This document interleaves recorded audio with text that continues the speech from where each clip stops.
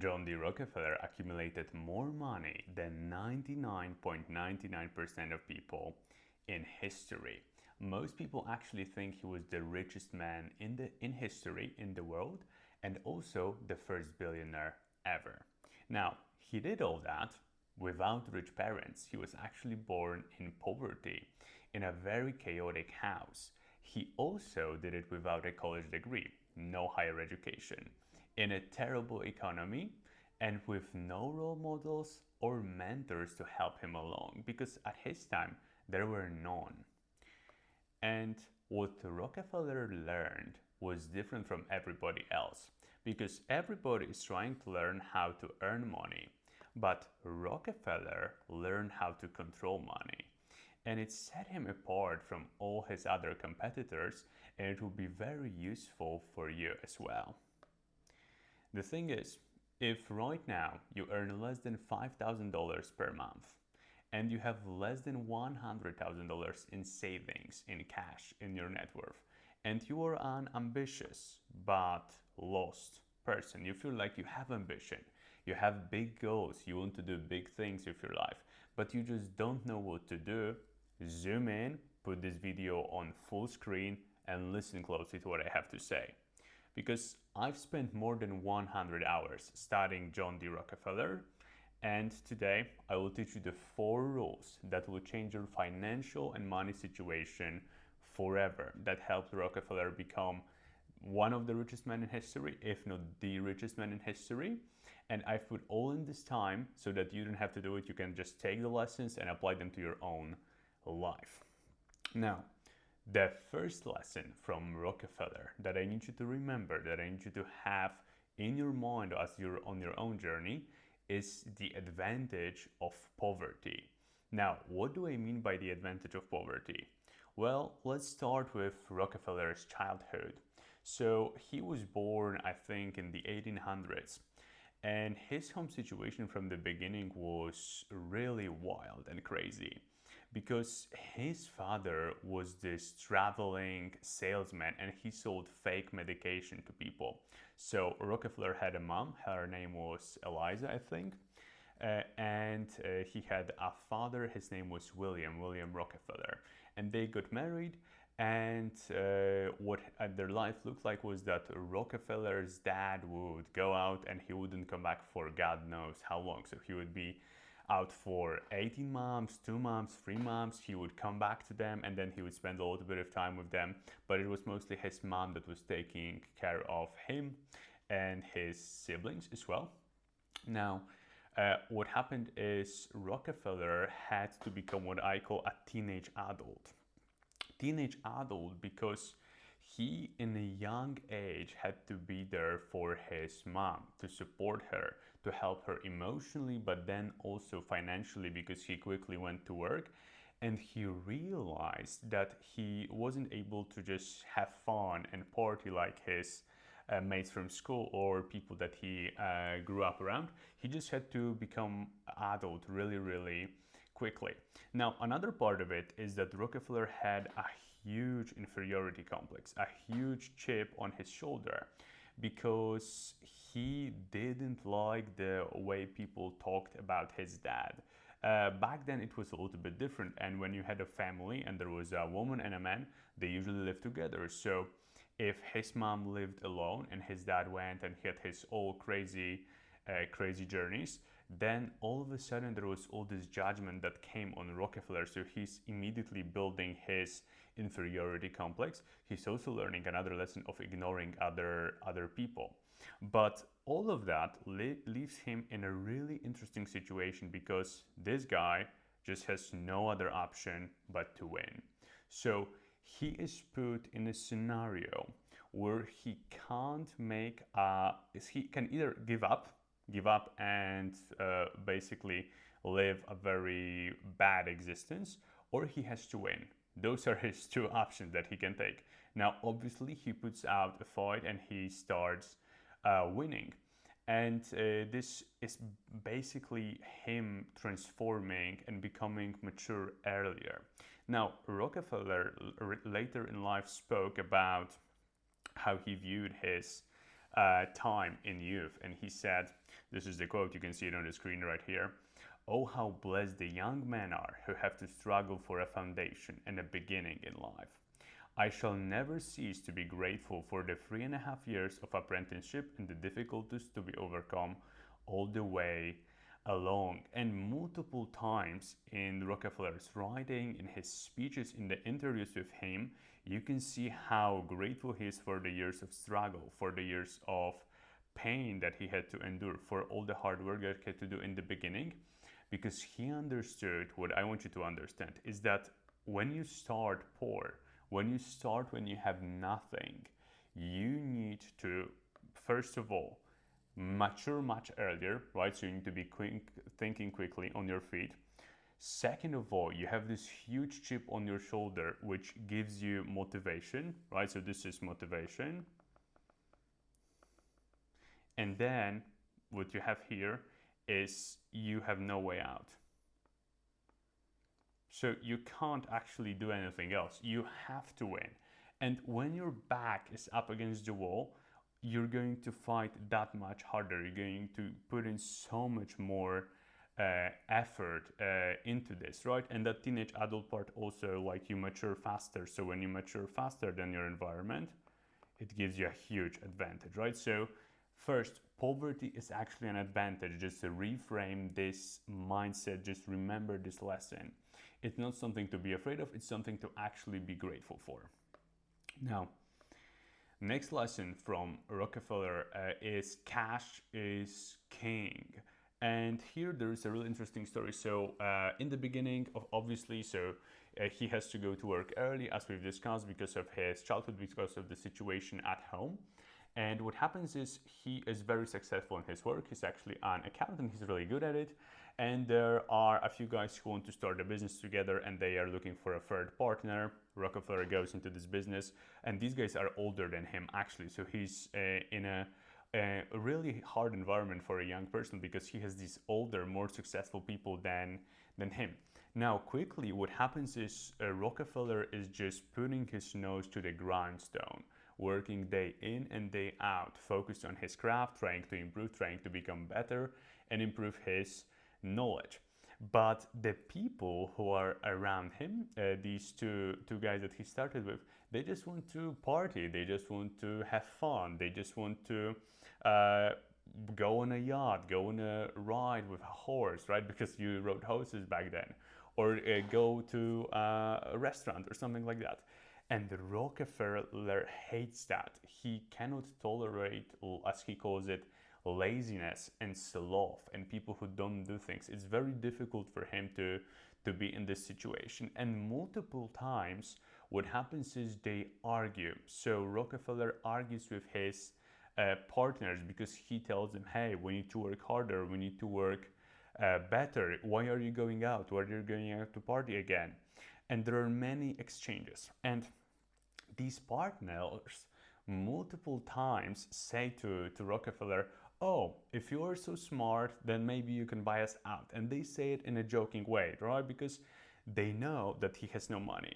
But young John learns, right? So there are multiple exchanges. So he learns, he looks at the patterns, he knows what's happening. And then there's one time where they have a huge argument, a terrible argument. And they say the same things as always. So it starts because one man wants to spend some of the money that company has earned or something like that. And they have this huge argument, and they say, okay, John, if you don't like it, you can buy us out, right? You can buy us out. Now, they didn't expect him to buy them out, because John doesn't have money, right? They were judging him based on what they had in their bank account, not what he had in his bank account, maybe their bank account at the time. And John says this time, okay, name your price. And these guys say, they're shocked, but they say, okay, this is our price. And John, I think sometime before that, went to a banker who wanted to support him, and he knew how much cash he was able to get from this banker, and he also had some personal savings. So they named the number, and he buys them out. And that's how he is able to get control of his first company fully. So he was a partner in this company, but he starts controlling this company fully because he was ready and because he had cash. So the lesson for you is cash is probably the most important resource that you can have in your journey building wealth, building financial freedom, and building your money. And there is a really nice quote as well. So all of these quotes are from the book Titan by Ron Chernow about Rockefeller, the best biography you can read on Rockefeller. And he says, it is impossible to comprehend Rockefeller's breathtaking ascent without realizing that he always moved into battle backed by abundant cash. Whether riding out downturns or coasting on booms, he kept plentiful reserves and won many bidding contests simply because his war chest was deeper.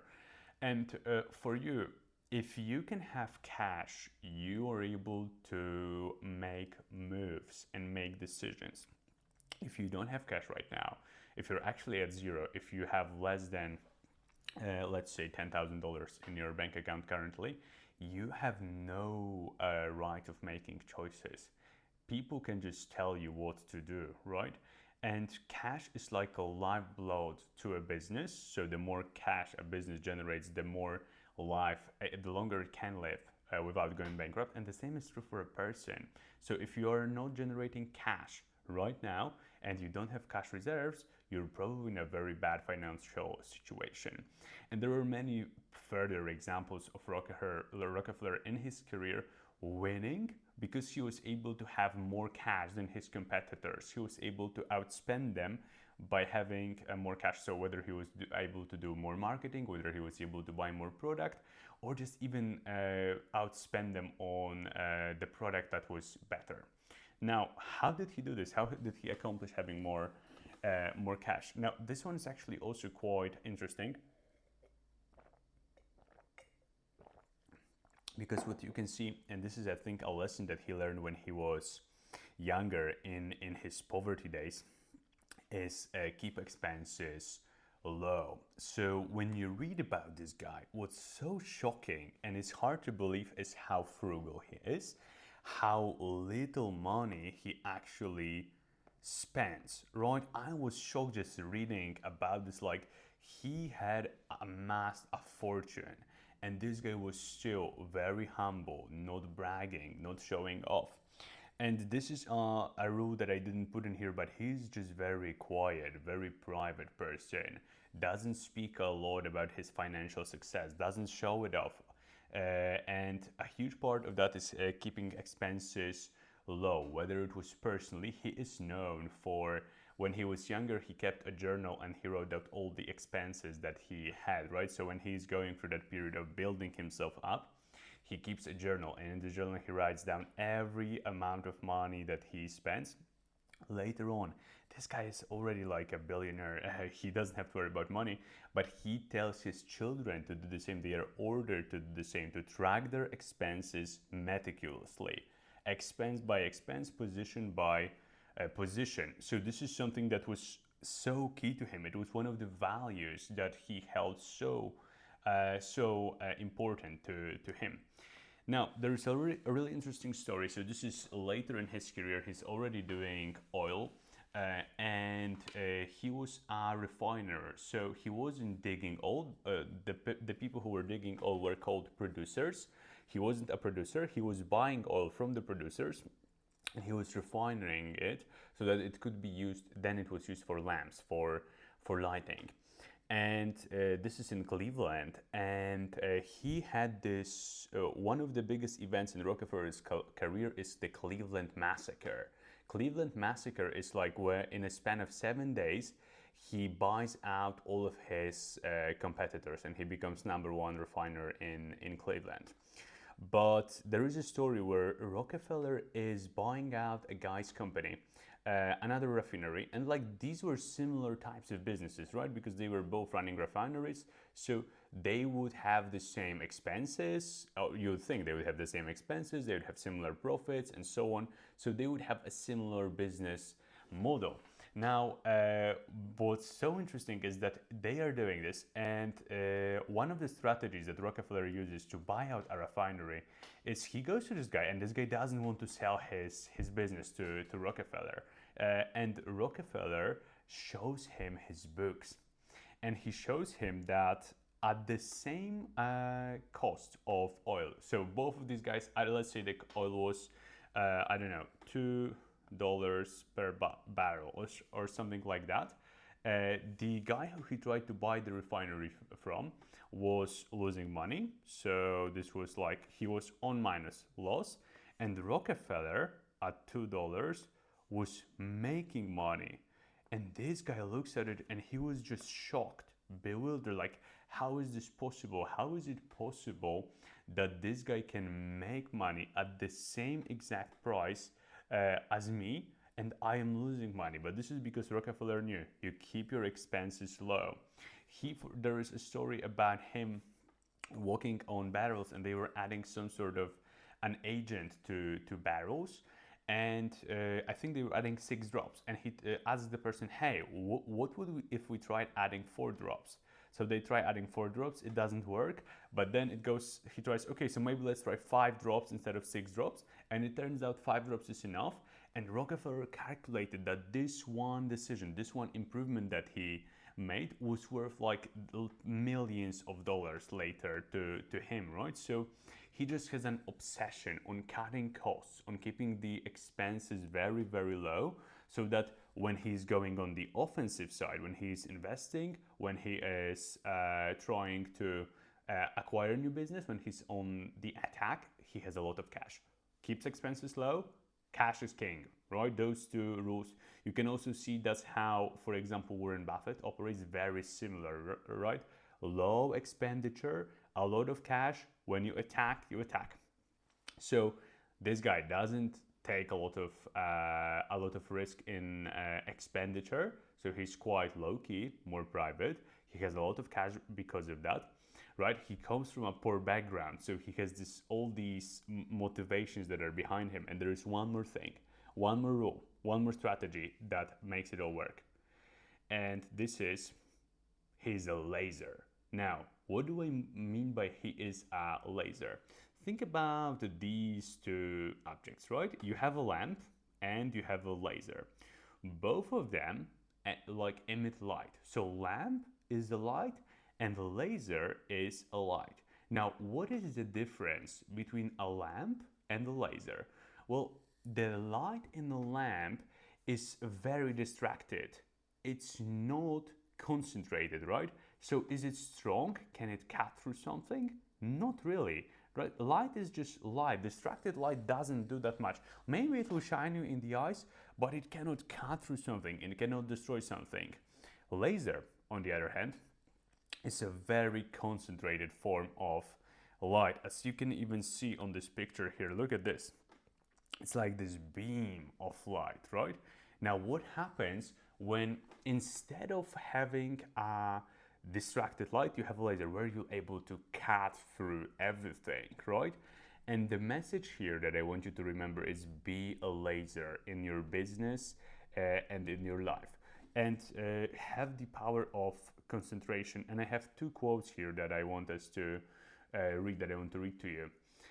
One is, again, impressed by the fantastic forward motion of his career, how quickly he evolved from humble supplicant to impatient businessman. In a span of 3 to 4 years, he goes from being an accountant to being a business owner. Just like that, bam, with no previous background, with no college education, with no parents, no experience, right? So think about the focus, right? He is just exactly like a laser focus, right? Cutting through whatever he wants to cut. He's not a lamp, he's not distracted, right? He's not just emitting light all around him. No, he's just hammering. What is the most important point of contribution? And he goes on to that. And there is one more quote about him. And once John D. Rockefeller Sr. set his mind to something, he brought awesome powers of concentration to bear. And this is something that's true in everything he does. He just jumps in head first. He starts by being a trader. He trades like wheat and wood and other things. So he trades commodities, let's say, just stuff. And then he's all into that. Before that, he was all into accounting. After that, he goes all into oil. He is not trying to be distracted. He's not trying to run 5 businesses at the same time. He's not trying to run 5 different types of companies. No, he's like a laser, just cutting through everything that he wants to cut through. And these 4 rules are what built John D. Rockefeller's fortune, right? So he had the advantage actually of poverty and all the character that it instilled in him. Then he always prioritized cash. He always prioritized options. He always prioritized being really asset heavy, as we call it, right? So he had a lot of cash to spend, and he was able to outspend his competitor by, and this is like what we talked about number 3, by not having high expenses, right? By keeping the expenses low, by figuring out ways, how can I actually spend less on this so that I can have more cash when I go into the battle, right? And just making profit where other people are losing money, right? And at the end, he combined all of those things with being a laser, with being focused on whatever he was doing. And if you can apply these 4 rules to your life, inevitably your resources, the amount of money you have, will grow, and they will fix your life forever. And this was an insight, a peek into the mind of the first billionaire and probably one of the richest men in the world. And if you want more content like this, subscribe to my channel and check out the first link in the description, where you can join my free community and work with me to build a life without limits and increase your personal freedom. See you in the next one.